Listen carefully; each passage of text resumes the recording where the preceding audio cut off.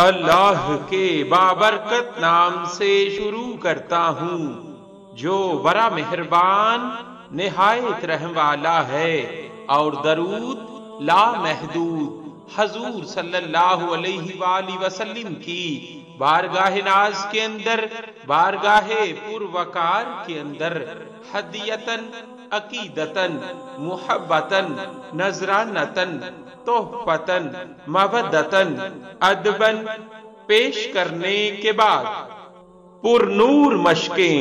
ایک صاحب لکھتے ہیں کہ ایک رات عاجز نے اس کثرت سے درود شریف پڑھا کہ دل و جان معطر ہو گیا۔ اسی رات خواب میں دیکھا کہ فرشتے آب زلال کی شکل میں پر نور مشقیں اس عاجز کے مکان میں لیے آتے ہیں۔ ان میں سے ایک نے کہا، یہ وہی برکات ہیں جو تو نے حضرت محمد صلی اللہ علیہ وآلہ وسلم کی طرف بھیجی تھیں۔ صلی اللہ علیہ وآلہ وسلم۔ ہم پڑھتے ہیں اپنے آقا صلی اللہ علیہ وآلہ وسلم پر درود، کاروبار جو کرتے ہیں تو ہنسی کرتے ہیں کیونکہ اس میں پرافٹ بہت زیادہ ہے۔ صلی اللہ علیہ وآلہ